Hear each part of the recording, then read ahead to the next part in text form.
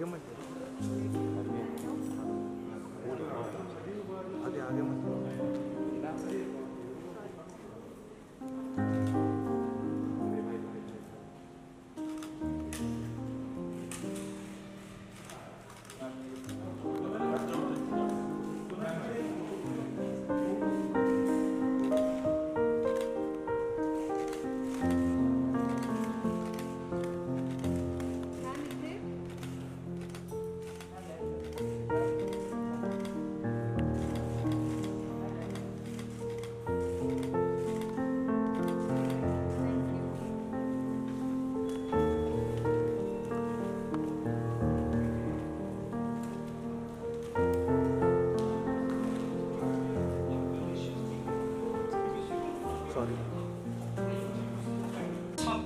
something what is called as the RISE, Resilience in Stressful Event, and there are many other programs, and I'm going to link the slides with the organizers who are going to have that.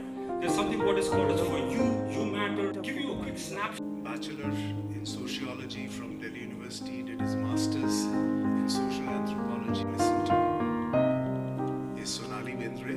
She's with us today. Sonali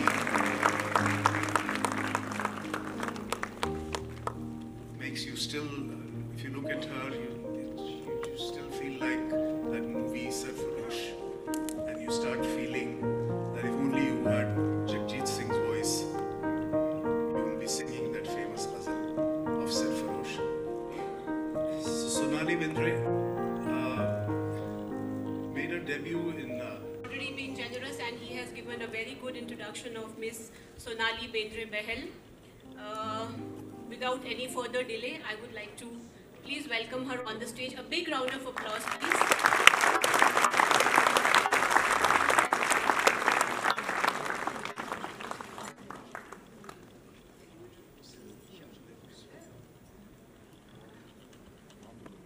So as I said, I wish I had the voice of Jagjit Singh to say, "Hosh walon ko khabar kya, bekhudi kya cheez hai."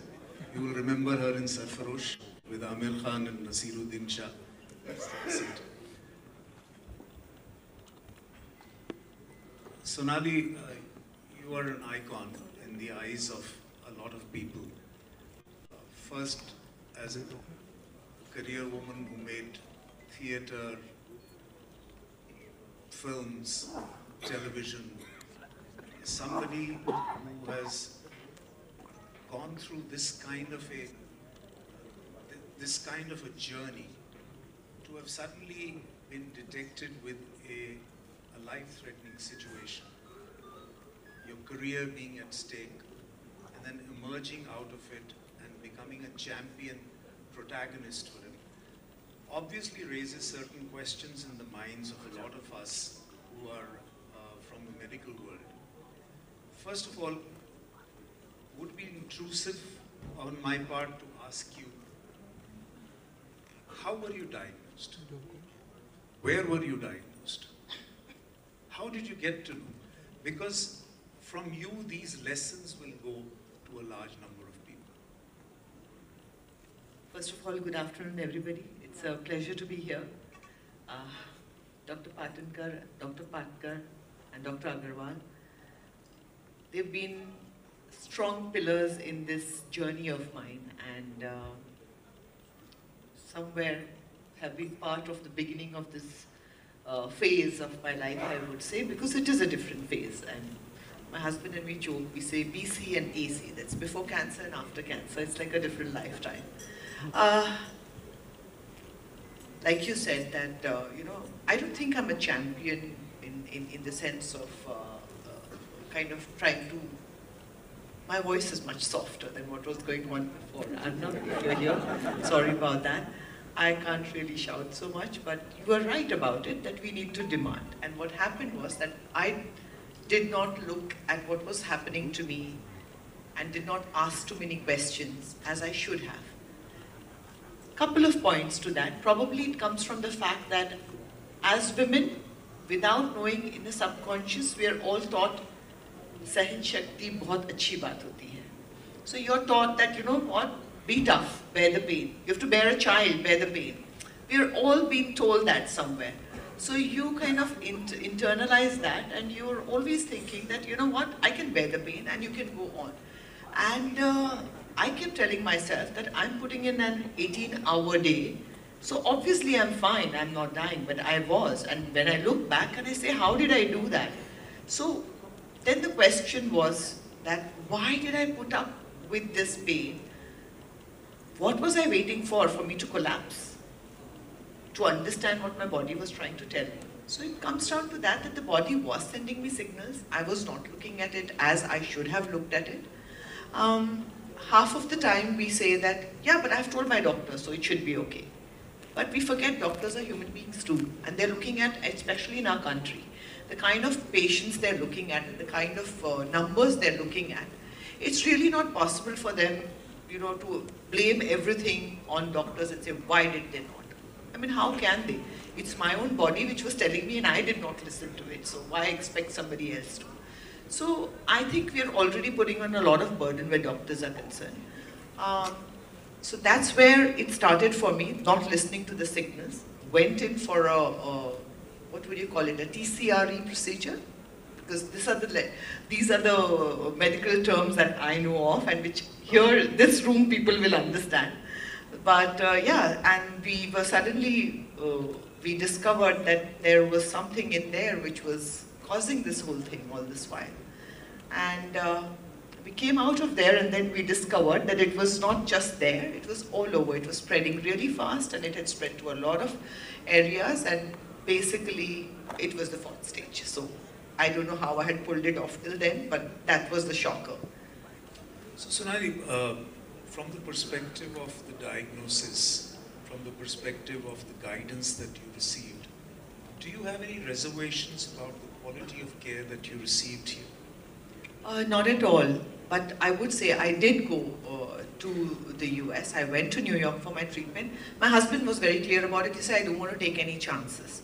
And the reason I think I was literally fighting with him. I'm like, my child is young, the home is here, and you know, we're just picking up. And it was literally in 2 days after the diagnosis that we had packed our bags and we had left. And I didn't know when I was coming back, what was happening, where I was going for. It was just the 2 of us. We had not really had time to discuss it with too many people, and we had just taken off. He had got the appointments and we had just taken off. So I kept fighting with him, saying that, you know, how can you just stop everything? But when I reached there and I got to know the extent of this, somewhere I did honestly feel, thank God I'm here. I think that comes from the fact that there are a lot of things that now in hindsight I look at, and it was probably an instinct, but where he came from, and as he explains it to me, he said that, you know, I know we would have got great care here, and touch wood, we have the means to, and the connections to, and the relationships where we could tap on people, but the fact remains that we went to a place where this is what they dealt with. The only disease they dealt with was this. So his logic was that if for so many years they're only dealing with cancer and its various types of cancers, so much so that the place that I went to, the entire building was dedicated to just these type of cancers. That means there has to be something in which, when you're obviously doing it constantly for so many hours, there's definitely going to be more data that's collected, there's going to be more intuition that is going to be there. He said, you were at a stage where I did not want to take a chance on this. And in his words, what he said was that I would rather say that, I overthought it and I overreacted, rather than later on feel that I should have done it. He said, I did not want to take that chance. And that was the reason why we went there. So, no offense and nothing. No, not at all. What I was leading to is that in your mind's eye and in your husband's eye, it was the outcome that was probably higher in that particular hospital, maybe because of super specialization or whatever. So to you and to your husband, decision making was based not because you didn't receive the right care or would not have got the right care, but because you felt that the outcomes there, being super specialized in that particular area and having that expertise, were higher. So to you, I would say that if I was at an earlier, important. Yes, absolutely. I would say that if I was at an earlier stage, I would have definitely not gone, because I knew we could be dealing with it. But when you were at a stage where it was like, we don't know where this is going to go next, then you didn't want to take a chance on the outcome. So, so if you were to give a message to the public, how important do you think is the determinant of quality and outcome, ultimately to what you decide to do with the treatment that you're going to receive? One part is, of course, cost, which you just yourself mentioned that you were in a position to be able to afford the cost. But my point is, other than the cost, is the assurance of getting a better outcome a determinant? Absolutely, it is, because you know, people put in their life savings to get that outcome. So, you know, anybody who can is going to try and do that. Education and health are two areas where you're really not looking at profits. You're going to put in spite of, even if you have less to eat, you're going to put in, and that education for your children and healthcare for your family is something that you are going to put in your money on. When you say saving for the rainy day, these are the rainy days that you're saving for. Just sorry to interrupt you. Yeah. Do you have a medical insurance? But not the one now that you can use abroad. But you do have. But I do say that we need to have the insurance, and that is what takes us through. And what Arnav was saying is true. My father's a government servant, and CGHS plays a very important role in our family. So insurance is important, and I think in a talk that I had when I came back also, I said that medical insurance is important. You know, half the time we think this is not going to happen to me. It's for somebody else. And then when it happens is when you realize that no, it can happen to anybody, and you need to be prepared. So this is something that we do need to do. Sorry, I lost my train of thought on that, but... No, I want you to keep on in this train of thought. Okay. So tell me, how is this that in a country, the driver of the car is insured compulsorily, but the driver is not? Well, I think the employer should have the insurance for the driver also. So suppose you are the driver or I am the driver. Our car by law is insured. But We cannot drive on a vehicle So on are the you road. asking me that But by the law government should says there be nothing. insurance? Our regulation says nothing that you and I should be covered by insurance. So maybe this is the right thing, that what he's saying, maybe this is the voice that should be spoken about. So please. And yeah, and we should be discussing. But having said that, there are a lot of things here that as a layman, I still don't know, because it's a subject that is definitely, first of all, the medical terms frighten you. The moment you hear them, I start feeling what is happening, and I start palpitating just hearing the terms. And it is a disease that is scary, no doubt about it. But you know, it is not a disease that can be diagnosed very easily. So what I'm understanding, and which obviously here, it's a room full of doctors, and I can't believe I'm sitting here and saying what I'm saying, and I mean, I'm talking about it. But I don't know the medical terms of it, and I don't know how you will arrive at the thing. But because I went through it, my journey has been that eventually what I have understood, and to put it down in layman terms, is that early detection is what is the most important thing when this disease is concerned. Because medicine is at a stage where if you detect it early, there needn't be such invasive treatments that we have to go through. Because sometimes, right now, I think the disease is somewhat less scarier than the treatment that you go through. The treatment is actually more frightening and more painful. You feel that sometimes. So early detection, I think, is what is the most important thing. Had I detected it early, there were more chances. It would cost me less. I would go through less painful treatments. I would have more options in where the treatment was concerned also. So for me, I didn't know this disease was so prevalent because nobody talks about it. When it happened to me, I realized in my family how many people had had it and had not spoken about it.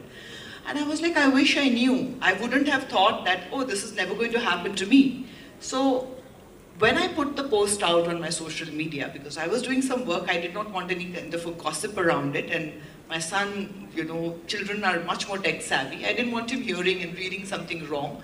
So I wanted to put out my story myself. So when I put it out, the response that I got was what was shocking for me. Because there were people from all stratas of society writing in to me saying, this is what happened to my aunt, to my grandmother, to my son, to my mom, you know, everybody. And there was no like a niche in society. Every strata of society they were writing in from, and they were discussing it.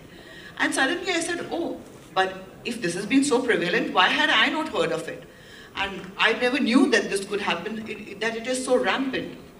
I know we all say that today the pollution, the toxins and etc. Of course, they must be affecting it and they are there. But cancer is something that's been there for the longest time. Probably it was not diagnosed as often. But when so many stories you hear when they talk about their grandmothers and their grandaunts getting it, surviving it or not surviving it, either ways. So obviously it's been around for a long time. Probably it's getting diagnosed better now. But what I realized was that this was something that they were all holding on to and nobody shared it in their own families. Like there was a mother who told me that, my son went through it. I did not share it with my own mother because, we kept it hidden. We said it was asthma. I was like, what? Why would you do that? And it's like, no, how can you share this with people? I'm like, why would you not share it with people?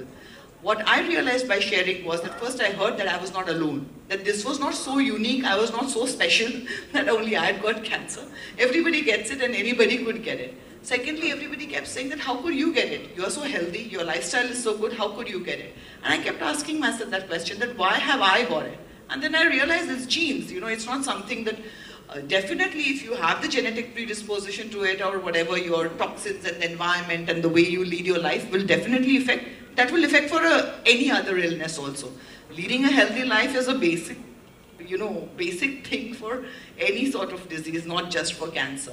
So other than that, I realized that I was not alone, that there were a lot of people out there who were not talking about it. So the next post was to thank people for sharing their stories because it made me feel less alone. It made me feel like part of a community. And then the stories, what I started putting out was more of saying, thank you for sharing. And the fact that, why are we not talking about it? Because what I found when I shared it was that I got a lot of love. I got so much of love that I didn't know I had so much of love. I didn't know so many people cared about me. So that was one thing that I realized, and I thought that was a great thing to realize. Even if I died, at least I would have died knowing that I was loved so much. So it was a great way to go there. Thankfully, I haven't, but yes. Having said that, when you talk about something, also you're discussing various options, various things. You come to know different things that can be done, can't be done. Have you tried it? So as like anything else, it's a community and you need to discuss things. And what I realized when I came back was that we need to make it an open thing. It's not something that you should be hiding and that you should be, keeping it within the family because the mental state is going to go down the hill because you're living in that pain and the trouble and your caregivers are also hiding it. Nobody has a place where they can vent and share and, that takes a toll on your mental health and then that's taking the toll on how you recover from it. So it's a vicious circle. So the thing that I can do in my capacity when I was called here also was that yes, if my voice can be heard and if me talking about it makes people share their stories and talk about it, I'm happy to do that. One final question. The most important thing you mentioned, which drove you to go to a particular institution for treatment, was that the outcomes were good. The question that I wanted to ask you, and if through you perhaps this message would go, that when we as Indians look at buying jewelry, not we as Indians, you as Indians, I can't afford it. When the rich people go and buy jewelry, not a jewelry person. They look for hallmark. When you go and buy a woolen product, you look for wool mark. Even an agricultural guy, when he goes and buys fertilizer, he looks for agri mark. Why don't Indians, or did you in particular, look for any mark which certifies that this hospital is good quality? Well, I didn't know there was an organization called CAR. To be honest, this is what I came to know now, and I'm so happy that there is something which is like a benchmark, which is basically, like you said, an ISI kind of a certification is what you look for, right? This is the place you should be going for. GAHO represents the accreditation body, and then it's all over the world. So the hospital you went to in the United States also is accredited. So so what is the accreditation? Accreditation means So like there are all these ads that go out which say that Jago. and ISI mark dekho, hallmark dekho. Correct. So maybe you guys should also be advertising. So would you be able to do do this as an ambassador? I think this is the best way to end it. And there is one more. I would like to say a couple of things more, which is one more thing. When you said when you go, if there is a difference between what is happening in the US and what is happening here and all that, I do have 2-3 things that we need to look into much more, and I don't know, and I'm happy and open to sit and contribute in any way that I can. But what I discovered was that genetic testing is important. So when there are hospitals that have a cancer department, why are, you have constantly tika karan karo, ye karo. There are so many posters that you put out. Why don't you put more posters on get your testing done, checkups done? Why don't we talk more about cancer? Even the hospitals don't talk about cancer. Even the doctors are so scared to say the big C. Though cancer is like a big umbrella. And then when I get it, I realize that every cancer is like a different disease altogether. It's like just one big umbrella which covers, God knows, probably 40 different kinds of diseases or more. So why aren't the hospitals also putting up more of these things and talking about it a lot more? And you do blood banks and this bank. So let's do more talks about it so that you reach grassroots levels. We'll talk about media, but half the time I don't see the news because I find it only bad news come out and I'm not looking at it at all. But when you do grassroots levels and when you do things in hospitals, people who are sitting there waiting for the doctor are reading it. At least I do read what is happening and try to follow it. So maybe we should also do that. Yeah, but I'd just like to add, on behalf of doctors, that doctors make errors. To make errors... We all do. Human beings make that. I don't think we should hold that. Yeah, to make errors is human, but to blame it on others requires management skill. And we have a lot of managers here. Okay, so all the managers have to do this. So they have to do this. Guys, it's all, you just put it all in your laps. Thank you very much. So you have to do this. Thank you. Ladies and gentlemen, please give her a standing ovation. No, you don't have to do that. But thank you so much. I was really petrified about being here in front of all the doctors and talking on this medical terms. But I mean what I said over here, that if there is any way that I can, in my way, help out, and which is, if me talking about something helps out, I would love to get the data on it and be the person who talks about it. But until I know it myself, so there needs to be a place from where I can get it. So if I can be provided with that, I would love to focus on it and, kind of amplify it, as you say. But I don't know it. I'm not a medical person, so I'm a lay person. I need to be told that, and I'm happy to learn. Thank you so much. All I'd say is thank you very much. Thank you. And may God bless you with a healthy and a long life ahead. Thank you. God bless. Thank you. Thank you, everyone. Thank you for having me. I would like to call upon stage Mr. Joy Chakravarti, CEO Hinduja Hospital, Dr. Rajendra Patankar, CEO Dr. Patkar, Director Medical Services, Nanavati Hospital, and Dr. Vishesh Agarwal, Consultant Internal Medicine, to felicitate Ms. Sonali Bendre.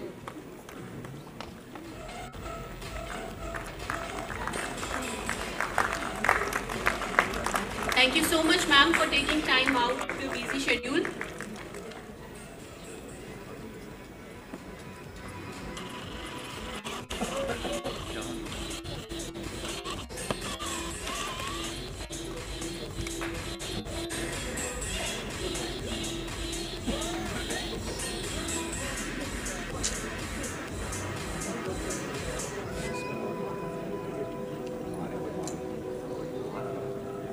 We understand that she has to leave because of prior commitment, so a big round of applause for her.